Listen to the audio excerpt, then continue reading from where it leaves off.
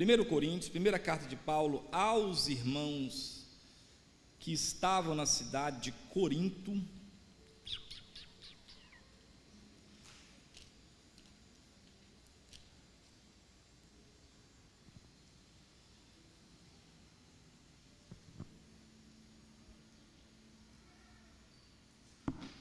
Queria que você prestasse atenção, como sempre faz, em alguns detalhes interessantes que eu quero abordar com os irmãos. Todos em 1 Coríntios? 1 Coríntios. Bom, nós sabemos que as cartas do Novo Testamento, elas são escritas com uma perspectiva diferente. Por exemplo, quando você pega o Novo Testamento, você vai ter 5 divisões dos livros que aqui estão, né? Você vai ter os livros biográficos, que a gente também chama de evangelhos, são em número de 4, né? A ordem seria algo tipo que Marcos, Mateus e Lucas, João, porque Mateus e Lucas são chamados de evangelhos proto-Marcos. Marcos escreve primeiro, aí Mateus e Lucas usam o esqueleto do que Marcos escreve e escreve os seus 2 evangelhos. Cada evangelho tem um povo que eles estão tendo em mente quando escrevem o evangelho. Por exemplo, Marcos escreve para os romanos, por isso que o evangelho é curto, é sucinto. Romano é um povo mais da força, da brutalidade, é um povo mais prático. Então eles não querem muito saber da raiz genealógica do camarada, eles não querem saber a cultura do cara, eles querem saber o seguinte: o que esse cara fez. Por isso no evangelho de Marcos, Jesus é apresentado fazendo. Já no primeiro capítulo é bem rápido, já começa no primeiro expulsando demônio, curando aleijado, é bem rápido, porque o romano é assim, é rápido, é prático. Lucas, por sua vez, que é um gentil, vai escrever o seu evangelho, e Lucas tem em vista o povo grego, até porque Lucas também é médico, um pouco mais de cultura, e também é grego, gosta mais da filosofia, de um discurso mais com argumentos. Por isso que o evangelho de Lucas é mais, os capítulos são maiores, né? Porque Lucas vai explicar bem, porque o grego ele gosta do saber, né? Da filosofia, do entendimento. Mateus, por sua vez, que também é proto-Marcos, ele vai escrever o seu evangelho tendo em vista os judeus, e o judeu gosta muito da profecia, do que está escrito, provar que Jesus de fato faz parte da linhagem de judeus, faz parte da raiz de Davi, que ele é descendente direto de Abraão. Por isso que lá no Mateus vai ter aquelas compilações de genealogia, não é? Já no primeiro capítulo, e são 14. O judeu gosta muito dessa coisa, e Mateus vai escrever o seu livro tendo isso em vista. O João é o evangelho do pobrão, é o evangelho do brasileiro, do latino-americano, é o evangelho para o africano. João escreve para a gente que não tem nada a ver com judeu, romano e grego, ele escreve para os pobrão. Por isso que os casos de João é caso de pobrão, é uma mulher que dá para um bocado de gente, é pega em adultério, é uma que casou já umas 8 vezes, não acha marido e toma do outro, é os problemas que a gente enfrenta. É um homem cego que mora na casa do pai e fica dependendo do pai para tudo, lá em João 9, você vai pegar os problemas de João, é problemas que a gente identifica, sempre tem um primo, uma tia, um tio, ou até a gente mesmo que vive o que João apresenta. Por isso que o primeiro evangelho, quando alguém conversa, você tem que mandar ele ler o evangelho de João. Depois você vai ter as cartas, as epístolas, que são as epístolas que são divididas em epístolas paulinas universais, não é? Tem um livro de história ali no meio, que é um só, Atos dos Apóstolos, e você vai ter o último, que é a Revelação. Então, biográficos, história, cartas paulinas, cartas universais e Revelação também, que é um. Nas cartas paulinas, que é o maior escritor do Novo Testamento, ele tem 2 tipos de carta. Então, no grupo de cartas paulinas ou epístolas paulinas, você vai ter epístolas a igrejas e epístolas a pessoas. Você vai ter Romanos, 1 Coríntios, 2 Coríntios, Gálatas, Efésios, Filipenses, Colossenses, 1 Tessalonicenses, 2 Tessalonicenses. Essas cartas são escritas a igrejas. Não tem um homem chamado Tessalonicense, também não tem um homem chamado Coríntios, né? Irmão Corinto, né? Não tem. Também não tem um homem chamado irmão Efésios, né? Até porque Efésios não é uma cidade. Não, Galácia, né? Não tem um irmão chamado Galácia. Até porque Galácia não é uma cidade, Éfeso é, mas Galácia é uma região. Quando Paulo escreve a Galácia, é como se ele estivesse escrevendo ao Triângulo Mineiro, é como se ele estivesse escrevendo ao oeste de Minas. São várias cidades que compõem a região que chamava Galácia. Paulo escreve cartas também a pastores ou pessoas, né? Ele vai escrever a Timóteo não é uma cidade, é uma pessoa. A Tito não é uma cidade, é uma pessoa. E a Filemon, que também não é uma cidade, é uma pessoa. Então, no grupo de cartas de Paulo, você vai ter cartas às igrejas e carta a pessoas. Vamos agora encurtar mais. Nas cartas às igrejas, Paulo salienta detalhes interessantes em cada uma dessas cartas. A carta que ele escreve à igreja de Roma é uma carta profundíssima. É a mais profunda das cartas, porque o pessoal lê muito. A carta é ali que tem salvação, predestinação, livre-arbítrio, eleição, está tudo ali. Carta de Romanos é para tirar os parafusos da caixinha. Aí vai ter 1 Coríntios, 2 Coríntios, segura aí. Aí depois você vai ter Gálatas, que é uma carta onde ele vai combater o judaísmo, judaização da igreja. O pessoal da igreja de Cristo começou a fazer práticas judaicas, né? Colocar quipá, tocar chofar, circuncidar o lulu. Aí Paulo vai combater isso, guardar sábado, essas bobices que de vez em quando aparecem no meio do povo de Deus, e o povo de Deus gosta de ficar fazendo. Desde aquela época Paulo já combateu isso na carta de Gálatas. A carta aos Efésios é uma carta bem espiritualizada, onde Paulo vai defender a questão do ministério, aqueles 5 lá, né? Apóstolos, profetas, evangelistas, pastores e mestres. Ele vai trabalhar essa questão da salvação na carta de Efésios. É uma carta de batalha espiritual. Ele fecha ela falando sobre, olha, cuidado com o inimigo, usa o capacete da salvação, usa o calçado dos pés com o evangelho, se proteja com a espada, com o escudo, com a couraça, e depois de combater tudo, fica firme. Ele vai trabalhar muito essa ideia em Efésios. Então, Romanos, 1 Coríntios, Gálatas, Efésios, Filipenses é a carta da igreja que ele amava. A igreja de Filipos é a igreja que todo pastor acha o máximo, porque é uma igreja que, quando viu Paulo passar por luta, nem pensou, nem perguntou, já cuidou, mandava oferta para ele. E ele tinha um carinho especial pela igreja de Filipos. A igreja de Colossos, de Colossenses, é uma igreja onde Paulo vai trabalhar essa ideia de desvio doutrinário. Tinha um grupo lá que começou a ensinar coisas que iam contra o evangelho, e Paulo então vai trabalhar. Colossenses, Filipenses, Colossenses, Tessalonicenses é uma carta escatológica, porque Paulo está trabalhando essa ideia de arrebatamento. Agora eu aceitei Jesus, não preciso trabalhar mais, e Paulo vai corrigir isso. Não, Jesus voltará, mas enquanto ele não volta, vamos casar, vamos trabalhar, vamos produzir, porque o país precisa viver, precisa correr. Ele vai trabalhar essas ideias nas cartas de Tessalonicenses. Bom, agora vamos diminuir mais. Eu não quero essas cartas, eu quero a carta que Paulo escreve a Coríntios, que foi o que eu pedi vocês para abrir.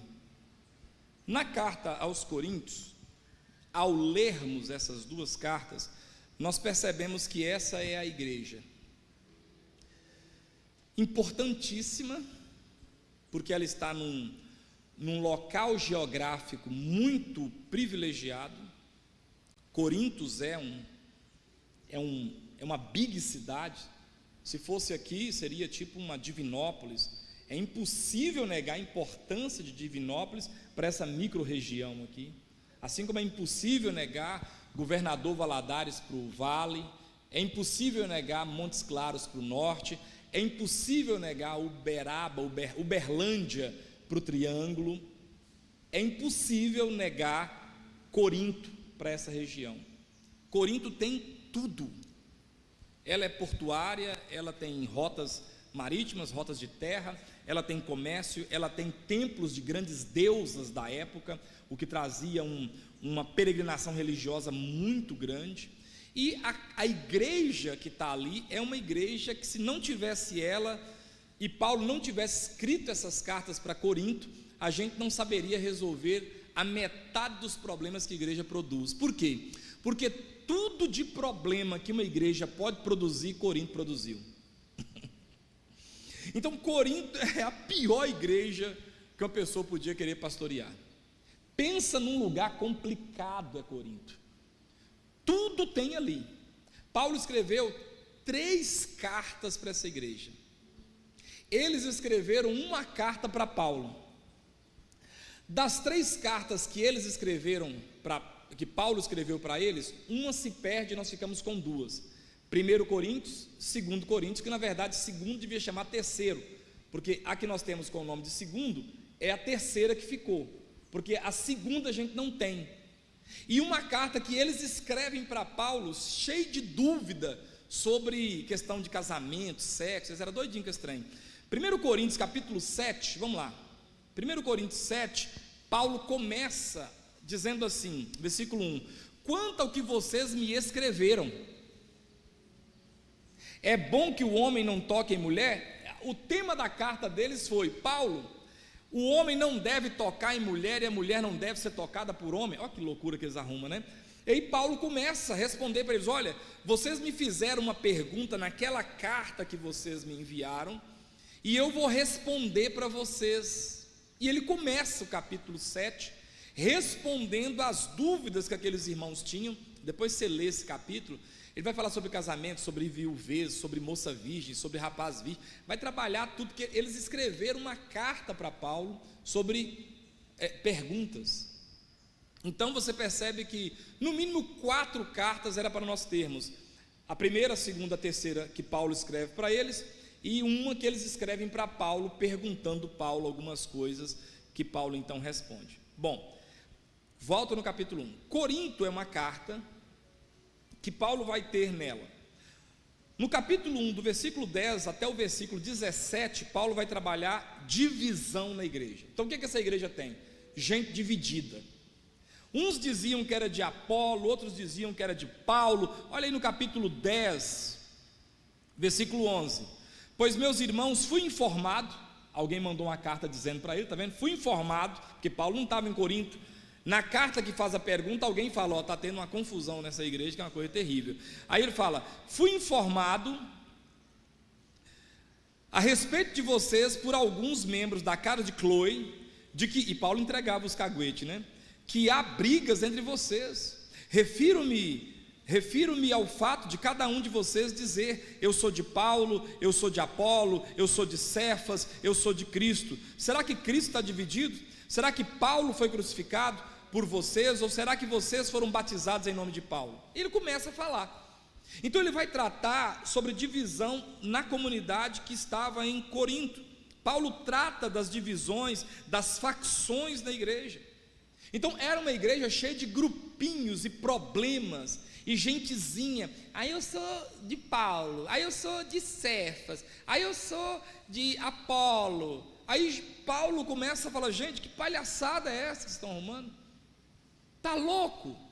Não, nós não somos de A, de B. E tinha um grupo que era o pior, que era o grupo de Jesus. E aqui diz que uns diziam: e nós somos de Cristo. Esses eram os mais terríveis. Quando você lê os comentários bíblicos, você vê que esse era o mais santarrão do grupo. Então você vê que era uma igreja que tinha divisão. Qual é pastor, qual é crente que quer pastorear uma igreja cheia de divisão? Isso é um inferno. A igreja cheia de divisão. Segundo, no capítulo 5, vamos lá para o capítulo 5. No capítulo 5, Paulo vai tratar sobre a imoralidade sexual. Tinha um velho que casou com uma mulher. Ele tinha filho. Não sei qual a idade da mulher que ele casou com ela. Eu sei que o filho estava tendo relação sexual com a madrasta. E Paulo no capítulo 5 aborda isso. Ele fala assim, ó: ouve-se por aí que entre vocês existe imoralidade, e imoralidade tal como não existe nem mesmo entre os gentios. Isto é, alguém que se atreva a possuir a mulher de seu próprio pai. Não é a mãe dele, então é a mulher do pai, a madrasta. Aí Paulo vai trabalhar isso aqui, vai explicar, vai bater, ele vai mostrar questões relacionadas a essa questão da imoralidade sexual dentro daquela igreja, e ele vai trabalhar e falar: gente, não pode. Ele chega a dizer: gente, vocês estão aí, vocês não estão, não pode um negócio desse. Imagina, Primeiro, a igreja tinha divisão. Segundo, um camarada possuía a madrasta. Como é que você quer pastorear um povo desse? Terceiro, capítulo 6, os irmãos davam mais pernada do que o Bruce Lee. Eles pegavam cheque, não pagavam, eles pegavam dinheiro, não devolvia, eles faziam um negócio e não honravam. E o que um irmão começou a fazer com o outro dentro da igreja? Levar na justiça.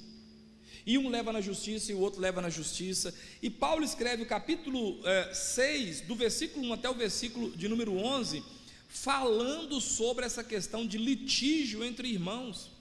Ele diz, olha, versículo 1, quando algum de vocês tem uma questão contra o outro, como se atreve a submeter isso a juízo diante dos injustos, e não diante dos santos? Ou vocês não sabem que os santos, por que vocês não trazem isso para discutir dentro da igreja? Por que vocês ficam levando isso no fórum? As pessoas ficam ridicularizando a igreja, porque vocês fazem negócios errados entre vocês, e depois vocês pegam e levam lá para fora. Eu sempre falo aqui na igreja, irmão, negócio é a parte. Não empresta cheque, não empresta dinheiro, não faz negócio sem levar a sério o que tem que ser feito, assinado, porque depois você arruma um problema, e aí quem sofre é a igreja.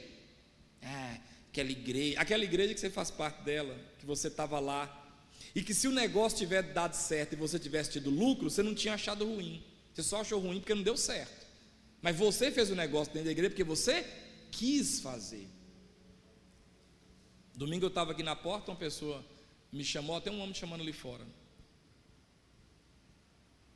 Eu falei, vai, que bom. Quando eu saí lá fora, estava um moço. Mas eu vou falar com você. Tá. Aí eu acho muito legal essas coisas, só acontece comigo, vocês não acontecem, deixa eu explicar. Conversar com seu negócio.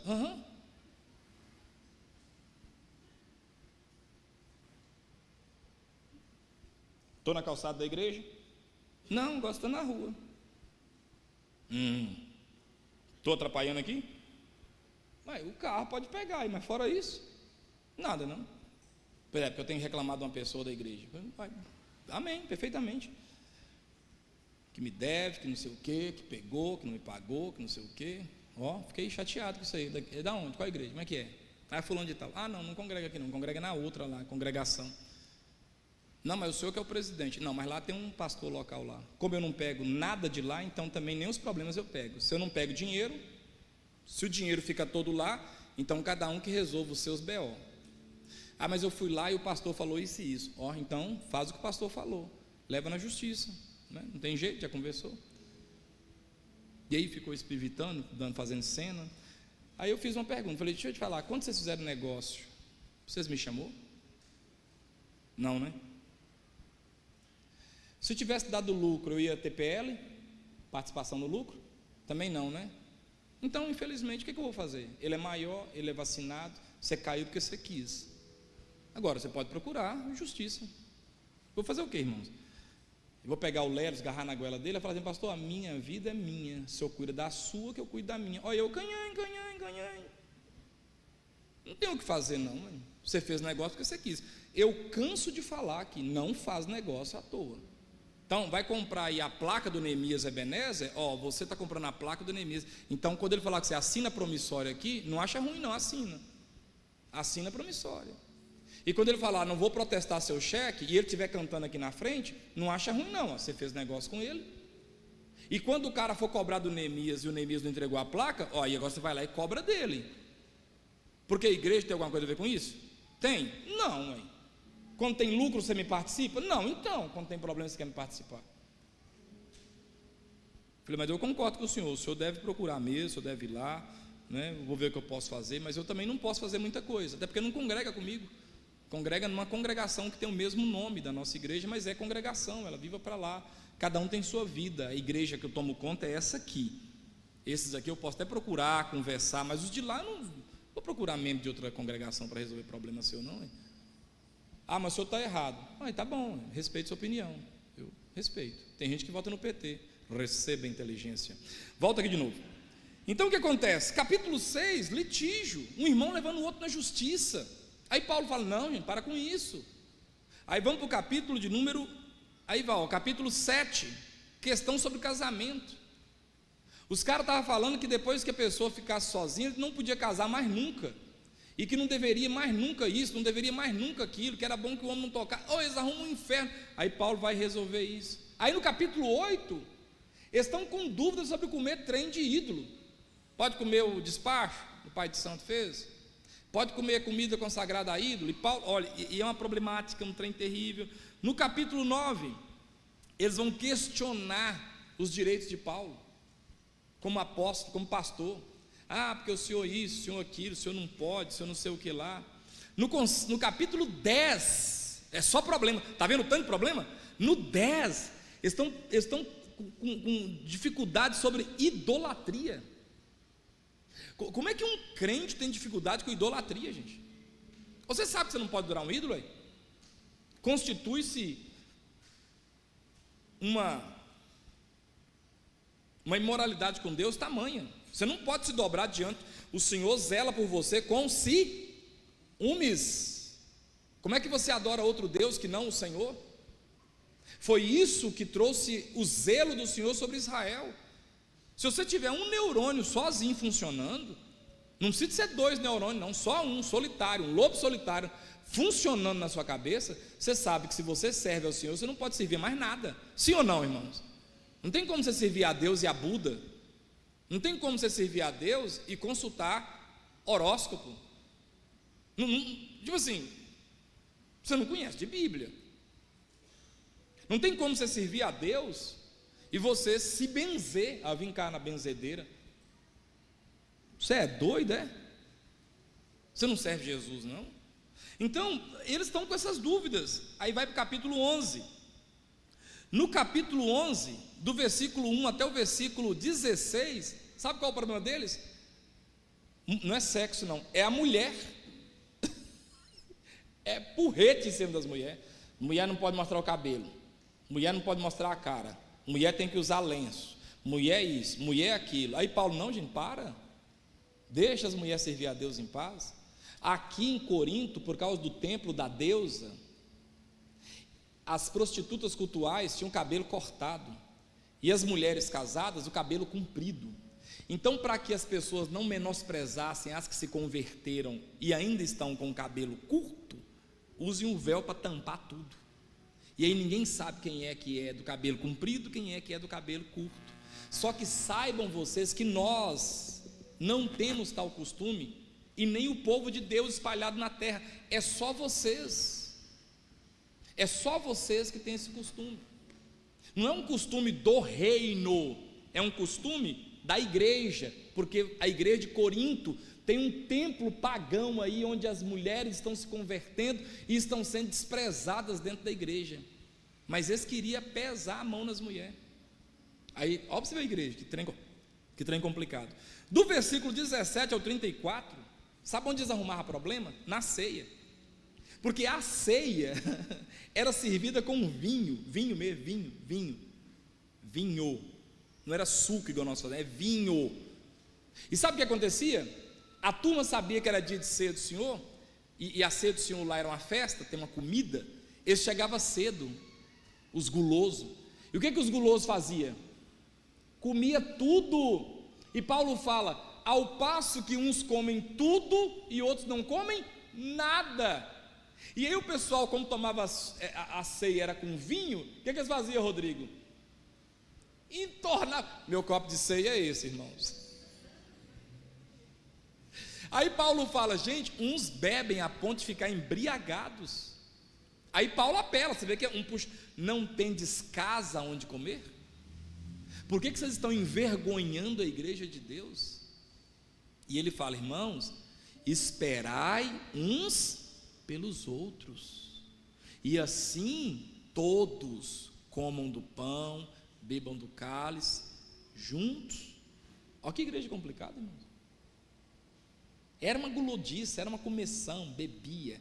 E aí os que chegavam, que moravam mais longe na roça, chegavam para tomar ceia, os primeiros já tinham comido tudo, já tinham bebido tudo. Aí um já estava escornado, dia de ceia. Aquele irmão está ruim, tomou muito, ele tem muita comunhão com Deus, o copo dele de ceia. Por isso que a gente usa suco de uva, né? E os copinhos desse tamanho assim. Se deixar trazer no caneco, tem irmão que vai trazer aqueles copão. Aí Paulo trabalha isso. Aí você vai no capítulo 12. Capítulo 12 é que vira uma bagunça mesmo. No capítulo 12, o negócio deles é os dons espirituais. E uns falavam em língua, outros pulavam na perna só, e outros fiavam debaixo da cadeira, outros agarravam na hélice do ventilador, e era uma bagunça, e virou uma bagunça, e gritava, yupi! E uns e os outros escandalizados, olhando aquilo. Aí Paulo falou, gente, para! Lê a carta para vocês verem se não é isso. Ele vai falar, gente, olha, os dons espirituais, olha como é que ele começa. Todas as cartas ele começa dando uma lenhada, irmãos, não quero que vocês estejam desinformados a respeito dos dons espirituais. Na tradução que não seja NAA, ele fala, eu não quero que vocês sejam ignorantes. Qual que fala aí? Está ali? Olha lá, a respeito dos dons espirituais, não quero, irmãos, que vocês sejais ignorantes. Deixa eu levantar aqui, ignorantes. Please. Ignorantes, duas palavras, prefixo de negação e a palavra gnose. Então, esse prefixo nega, isso aqui nega, e essa gnose, ignorantes, né, é gnose. Gnose é saber. Agnose, ag, é não saber. Ignorante é quando alguém não sabe sobre algo. A gente acha que é um xingamento, não, é quando fala assim, por exemplo, eu sou ignorante sobre tecnologia, eu não tenho gnose sobre isso, eu não sei, eu sou ignose, eu não sei, eu sou ignorante, eu não tenho gnose. Aí Paulo fala, eu não quero que vocês sejam ignorantes. E aí tinha um grupo que queria proibir de toda forma as manifestações espirituais na igreja, e Paulo diz, não faça isso, não proibais o falar em línguas na igreja. Só que as coisas precisam ser feitas com um padrão. Qual é o padrão? Decência e ordem. E aí ele vai no capítulo 12, do versículo 12 até o versículo de número 31, ele vai dizer, gente, mas o importante é que a igreja esteja unida. Aí você entra no capítulo 13, ele vai ressaltar algo que é de extrema importância e que não estava tendo espaço na igreja, que é o que? Amor. Aí vê o capítulo 13, até o Renato Russo, do Legião Urbana, escreveu uma música com base nesse capítulo. Ainda que eu falasse a língua dos homens, dos anjos, ele está citando 1 Coríntios 13. Tem que amar. E quando eu amo, eu não quero matar, eu não quero mal, eu amo. É claro que no grego existem palavras diferentes para tipos diferentes de amor. No português, eu só sei que amor que você está falando ao ler a frase. Não é assim, professor de português aí? Eu tenho que ler a frase para eu saber que tipo de amor você está falando. No grego, eu não preciso ler a frase, é só eu ler a palavra, storge, amor de família, amo minha mãe, amo meu pai, amo meu irmão. Filéu, é amor de amigo, amo Lelis. É de onde vem a palavra filantropia, faço bem para alguém, porque eu amo o ser humano, mesmo que eu não sei para onde esse sapato meu foi, quem vai calçar, é um ser humano? Eu amo, está de boa. Filantropia, filéu. Ágape, qual é o ágape? Amor de Deus, amor que sacrifica, não é? Eros, de onde vem o deus Eros, né? Daquela mitologia lá grega, que Apolo, Apolo não é, Zeus parte ele no meio, porque ele afronta Zeus, lá o mito do banquete, não é isso? Aí parte ele no meio, e aí as metades se separam, faz homem e mulher ali. Aí o que acontece agora? Uma metade fica sempre procurando o quê? Por isso quando você casa, você fala o quê? Sem saber, você fala o quê? Fulano, você, o Du, né? Você é minha cara metade. Porque cumpriu a filosofia grega de a metade encontrou a outra, que Zeus partiu no meio. É amor que envolve sexo, eros. É de onde sai o nome do produto, que o produto que dá um calor no peito é erótico, né? Produtos eróticos, de eros, né? Afrodisíacos, da deusa Afrodite, né? Coisa, né, que aquece. Aí Paulo está falando, não é esse amor que eu estou falando, porque eu estou falando do amor ágape, o amor que suporta o outro, o amor que entende. E quando fala suportar o outro, não é assim, o suportar o outro é o que esse pé está fazendo com essa mesa. Esse pé está fazendo com esse tablado o quê? Suportando, dando suporte, e não suportando de já casei, né? Não, é dar suporte ao outro. No capítulo 14, Paulo viu que não ficou bom a explicação do 12, aí ele vai falar sobre os dons espirituais de novo, e ele, no finalzinho do 14, 26, ele vai falar da necessidade de que o culto tenha escuta, o culto, ele tem que ter uma lógica, literalmente, lógicos. Quando ele fala de culto racional, ele está falando de culto lógicos. De vez em quando os irmãos podem, não há problema nisso, a gente no momento, no sentir o poder de Deus ali, a gente pode ultrapassar o cronograma, porque a gente fez um cronograma e a gente sentiu que a direção, o vento está soprando para outra direção, ótimo. Isso não pode acontecer todo dia, porque o certo é que tenha uma lógica. E aqueles que falam assim, eu não concordo que o culto tenha que ter participação humana, então sai da igreja, todo mundo, fica só lá os anjos, porque todo culto tem participação humana. O Zé Henrique, quando vai cantar, louvar a Deus, que ele ensaiou em casa, participação humana, ele sabe a nota, peraí, é um dó, ele tem que cantar nesse tom. Não, eu abro a boca aqui que o senhor enche. Então, se você abrir a boca, vai entrar em mosquito. Não é assim que o texto está dizendo. Não é isso. Tem que ter uma lógica. Então você vai abrir o culto, tem que ter uma lógica. Você vai abrir um culto ao Senhor, você tem que ter um texto pequeno, porque você não é o pregador. Você não pode saturar o ouvido das pessoas com o Salmo 119 na abertura do culto. É só o Senhor é meu pastor e nada me faltará. Olha aqui, irmãos, que coisa maravilhosa. É esse Senhor que nós vamos adorar agora. Vamos ficar de pé, vamos adorar o Senhor, vamos orar, vamos começar o louvor. E o louvor, depois que pega a palavra, não pode pegar outro versículo para abrir o culto de novo, porque senão vai abrir uma outra janela, né? Abriu o culto, agora abre uma outra janela. Tipo assim, isso é Orkut? Lembra do Orkut? Você abria uma, depois tinha ninguém voltando, fechando uma por uma. Não é assim. E o cara que vai fazer o ofertório? Não, você não é o pregador, você só vai fazer um ofertório, fazer uma oração. Você não pode gastar 40 minutos fazendo um ofertório.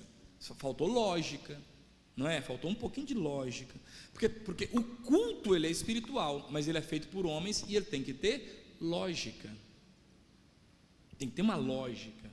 Não adianta a gente fazer um tanto e falar assim, foi o Espírito Santo aqui, o Espírito Santo vai falar, eu estou aqui abismado de ver você fazer isso, e mais abismado em colocar a culpa em mim. Não, aí Paulo vai falar sobre isso aqui, ó, capítulo 14, versículo 28, a necessidade de ordem.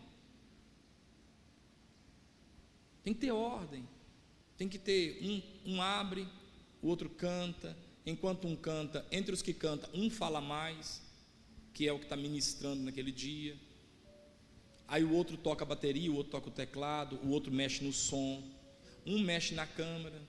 Você não pode fazer tudo. Igreja tem essa mania, aqui também tem. Às vezes você fica com raiva que a igreja cresce porque você não quer deixar outros fazerem aquilo que você acha que só você pode e sabe fazer.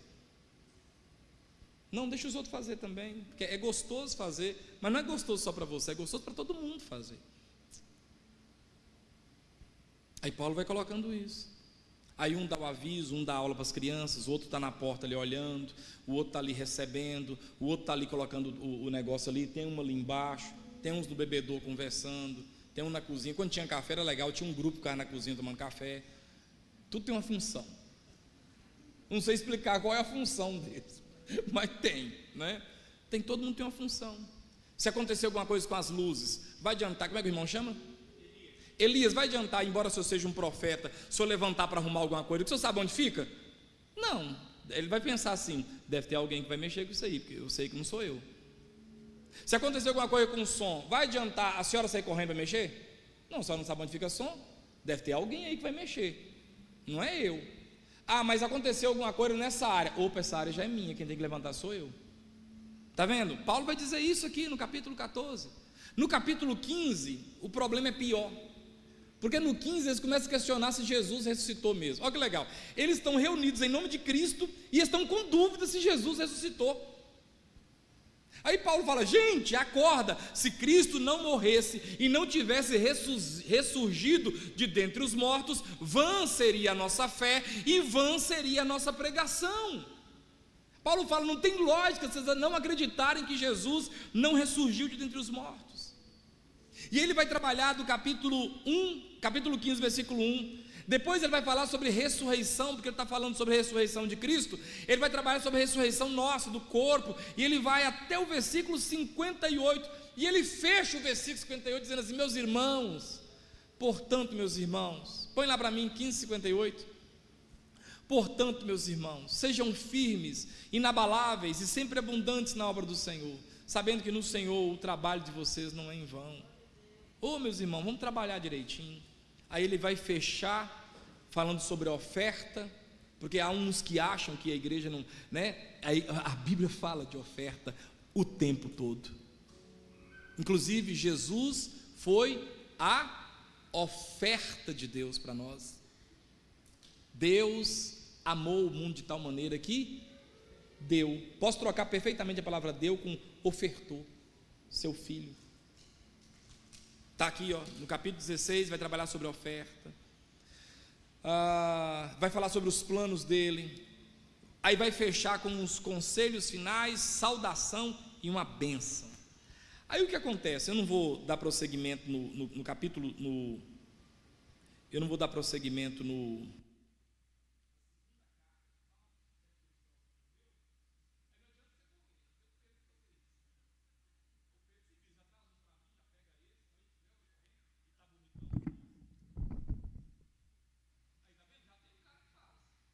se você corre, você atropela nele, erra.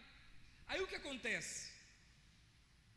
Aí Paulo vai dizer algo em 2 Coríntios. 2 Coríntios, capítulo 7,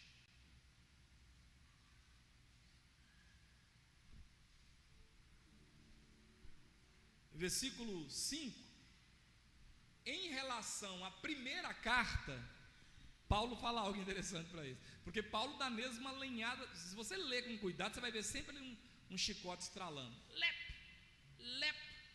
Agora no capítulo 7 do 2 Coríntios, Paulo fala assim, versículo 5, porque quando chegamos a Macedônia não tivemos nenhum alívio, pelo contrário, em tudo fomos atribulados, luta por fora, temor por dentro, porém Deus que consola os abatidos, nos consolou com a chegada de Tito, e não somente com a chegada dele, mas também pelo consolo que recebeu de vocês. Consolo que foi oferta. Ele nos falou da saudade, o prazo e do zelo que vocês têm por mim, aumentando assim a minha alegria.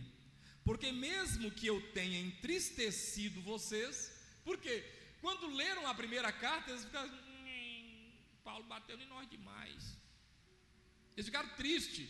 Aí Paulo fala assim, porque mesmo que eu tenha entristecido vocês com a minha carta, não me arrependo. Eu não me arrependo de ter batido em vocês, não. Embora já tenha me arrependido, pois vi que aquela carta os deixou tristes. Eu não me arrependo, embora eu fiquei triste porque vocês ficaram tristes, mas está ótimo, ainda que por breve tempo. Mas agora me alegro, não porque vocês ficaram tristes, mas porque essa tristeza os levou ao arrependimento, pois vocês foram entristecidos segundo Deus, para que de nossa parte não sofressem nenhum dano, porque a tristeza segundo Deus produz arrependimento para a salvação, que ninguém traz pesar, mas a tristeza do mundo produz morte. Por que eu pincelei para vocês esses princípios, 1 Coríntios capítulo 1, esses princípios da carta de Corinto. Eu mostrei para vocês que é uma igreja complicada, cheia de problemas em todas as áreas. Paulo já sabia, porque ele diz: fui informado, recebi uma pergunta, fulano da casa de Chloe me falou, Beltrano veio aqui, topei com ciclano na viagem tal, e me relataram sobre vocês, e tal. Mas eu queria ler com vocês agora 2 versículos para fechar, que é o versículo 1 do capítulo 1. Paulo, de plano em escrever uma carta para Corinto, e a carta é para apertar a goela deles, para dar neles uma taca, a ponto dele falar assim: fiquei sabendo que vocês ficaram tristes com a minha carta, eu não me arrependo, embora também fiquei triste por um pouco de tempo, mas foi bom vocês terem ficado tristes, porque eu escreveria de novo, do mesmo jeito para vocês. Embora Paulo está vendo que a igreja tem um cara que possui a madrasta, e olha, na primeira carta, Paulo pede para excluir. Na segunda carta, Paulo pede para receber o irmão de volta. Olha, receber o irmão de volta, porque ele não deixou de ser irmão, a despeito do erro que fez. Viu, igreja que está em Lagoa da Prata? O pródigo não deixa de ser filho. Está lá no texto, parábola do filho pródigo. Não está parábola do não existe ex-mulher, ex-marido, ex-patrão, mas ex-filho não existe. Se é filho, é filho. Mas olha o capítulo 1, versículo 1 da primeira carta. Paulo, olha as convicções de Paulo. Eu posso chamar esse versículo do versículo das convicções. Paulo, apóstolo de Cristo Jesus pela vontade de Deus, e o irmão Timóteo, lê para mim, um acraseado, está lá? Próximo, Lé. Vai. De Satanás, a igreja do capeta. A igreja de quem? De quem Corinto era? Mas com esse tanto de problema lá dentro? A igreja era de quem? Mesmo que tinha um cara que comia madrasta? Que tinha irmão que dava calote no outro? Mesmo que lá dentro tinha irmão que levava o outro na justiça? Mesmo que lá dentro tinha gente que não acreditava mais que Jesus havia ressuscitado? Mesmo que lá dentro tinha gente que no dia da ceia comia tudo, bebia tudo, largava o outro com fome? Com tudo isso Paulo diz, e ele não diz isso depois, não diz no começo: a igreja de Deus que está em Corinto. Mas talvez Paulo na segunda carta tenha se arrependido dessa heresia e tenha mudado.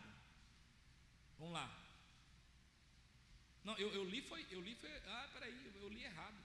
Eu li foi a segunda, vamos para a primeira.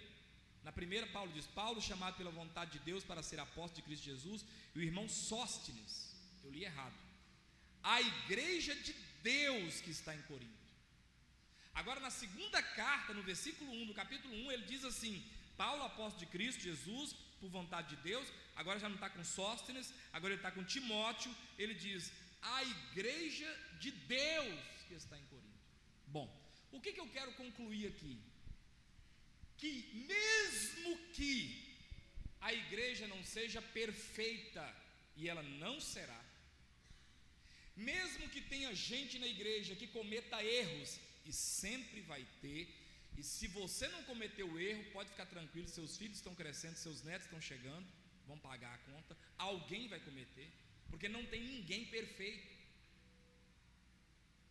A igreja, mesmo que ela tenha gente que passe por uma situação econômica, porque ele quis ou porque a situação o envolveu, onde ele vai ter problema financeiro, porque o cara pode ter envolvido numa conta porque ele envolveu, e pode ter envolvido numa conta porque achou que ia continuar empregado e perdeu o emprego.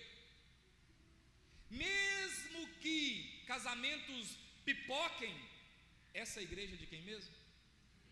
Está lá, não foi eu que escrevi, de Deus. Ela é de Deus. A igreja de Deus, se referindo a Corinto, a pior igreja que ele pastoreou. Se você ler as cartas, é a igreja que mais deu problema. O povo, nos dons espirituais, era uma bagunça antes de Paulo escrever a carta, que não tinha noção. Paulo diz: hoje eu prefiro falar 2 palavras em português do que 1000 em outras línguas. Ninguém está entendendo o que estão falando, não, porque o povo era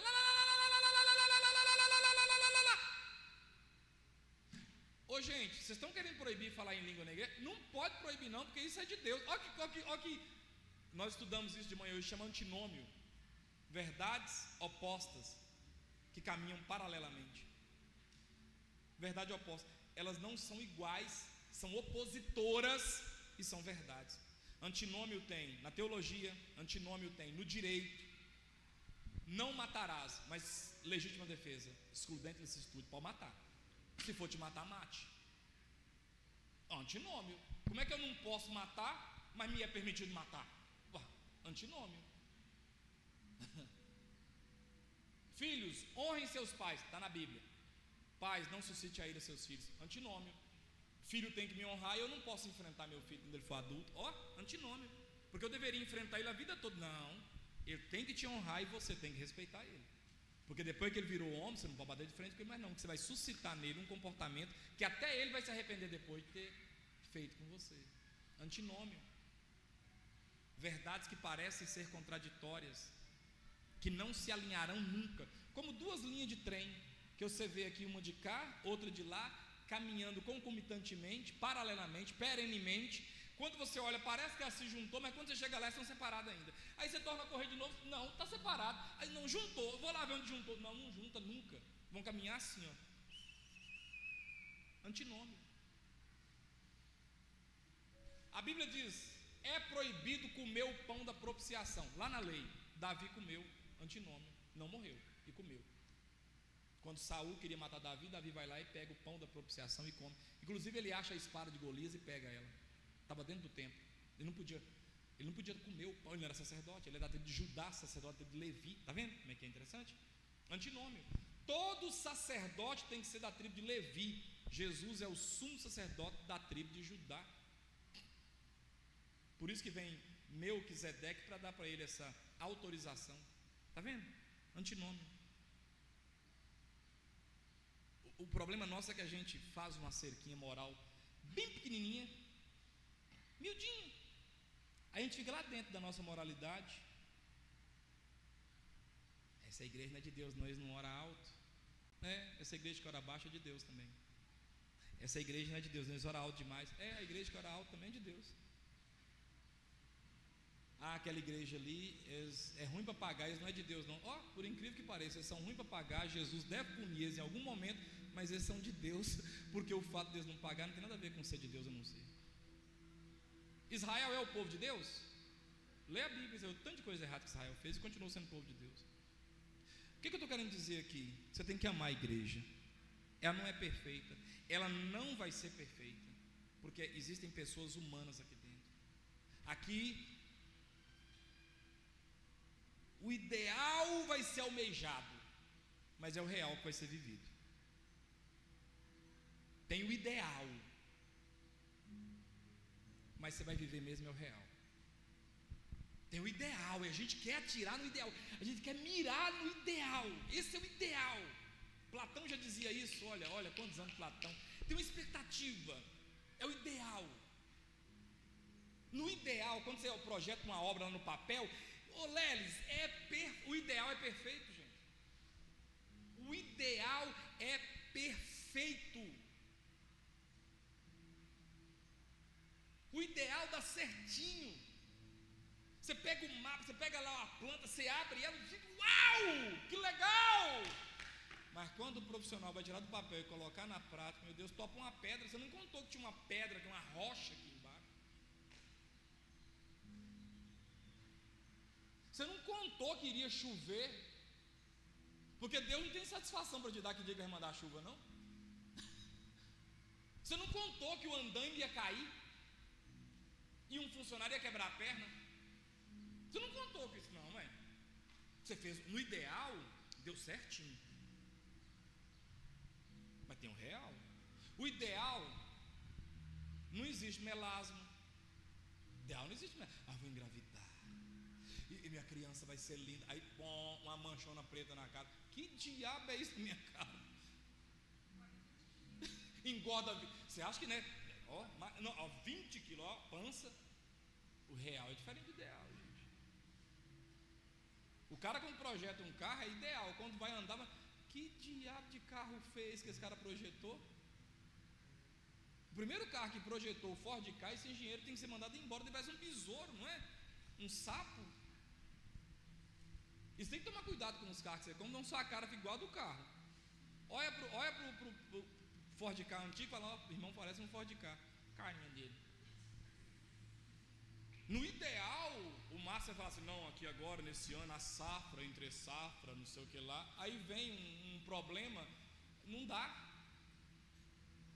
Porque entre o ideal e o real tem um hiato de possibilidades. É lindo no papel, mas quando você tira do papel e vai colocar em prática, você vai ver que não é tão. Agora, os defeitos dessa igreja não fez ela ser do diabo. É isso que eu quero destacar. As dificuldades que Paulo apresenta aqui, Juninho, não fez essa igreja ser do capeta. Ele começa dizendo: a igreja de Deus que está em Corinto, ela é de Deus. Mesmo que tinha um cara lá com a madrasta, mesmo que tinha gente que não pagava, caloteiro. Naquela época tinha um caloteiro.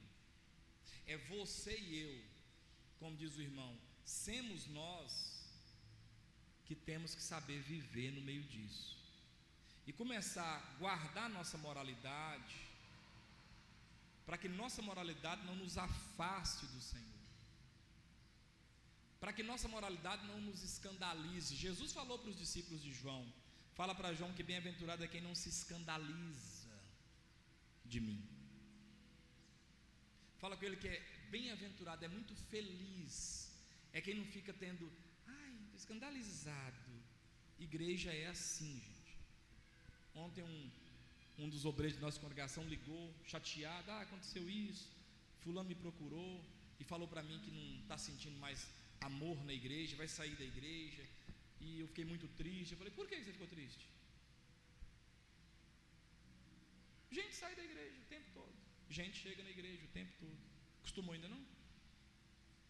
Pessoas que você mais ajuda vão embora e vão para outra igreja, e quando prosperam lá onde estava. Muitos poucos reconhecem: não, eu comecei essa peleja, foi lá, então eu posso estar até aqui, mas eu vou voltar lá, porque lá é que é meu lugar. Irmãos, aprende a ficar em paz com isso. A igreja de quem mesmo que Paulo fala? De Deus. E quando eu luto contra a igreja, eu estou lutando contra a diretoria, o Vinícius? Não, a igreja é de Deus. Quando você luta contra a igreja, você está lutando contra Deus. E Paulo tentou e Jesus falou: dura coisa. É bater de frente com os meus aguilhões. Por isso eu quero finalizar essa palavra dizendo: ame a sua igreja. Tem problema? Tem. O primeiro problema, pastor, você é o primeiro. Olha o time que você torce, olha o partido que você vota. Olha como é que você é ruim de serviço. Você é concursado. Geralmente quem é concursado, se não tomar cuidado, fica ruim de trampo. Olha você aí dando defeito. Olha você aí que mente. Não minto nunca. Mente, bobo, mente. Você mente, não adianta você correr não. Você mente, Zé. Você dá uma escapulidinha assim. Se o guarda perguntar, você fala: esqueci lá em casa. Mentira, você nem pagou. Se o cara da CEMIG for lá, nossa, só não caiu no sistema, pode voltar de tarde que já está aqui. Mentiu. Olha você mentindo. Mente. Se o pessoal do CREA bater: não, senhor, essa placa eu tirei porque a outra caiu, vou lá buscar agora para você. Gente, arruma uma placa aí, arruma uma placa aí que os homens estão lá para dar multa. Mente sim, você mente sim. Você mente. Você trabalha com vendas?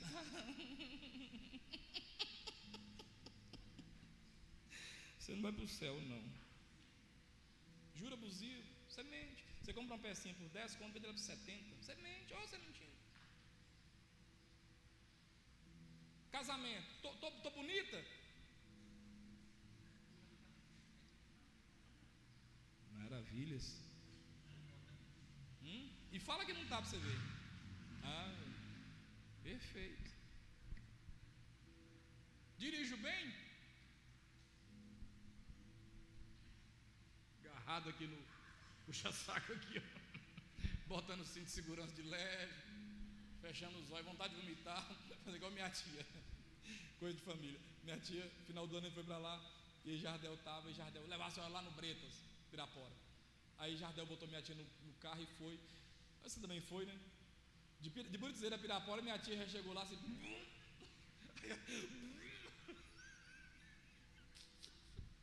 Aí minha tia falou assim: nunca mais eu vou de carro. Eu quero que Vinícius me busque. Quando Vinícius dirige, eu não passo mal já.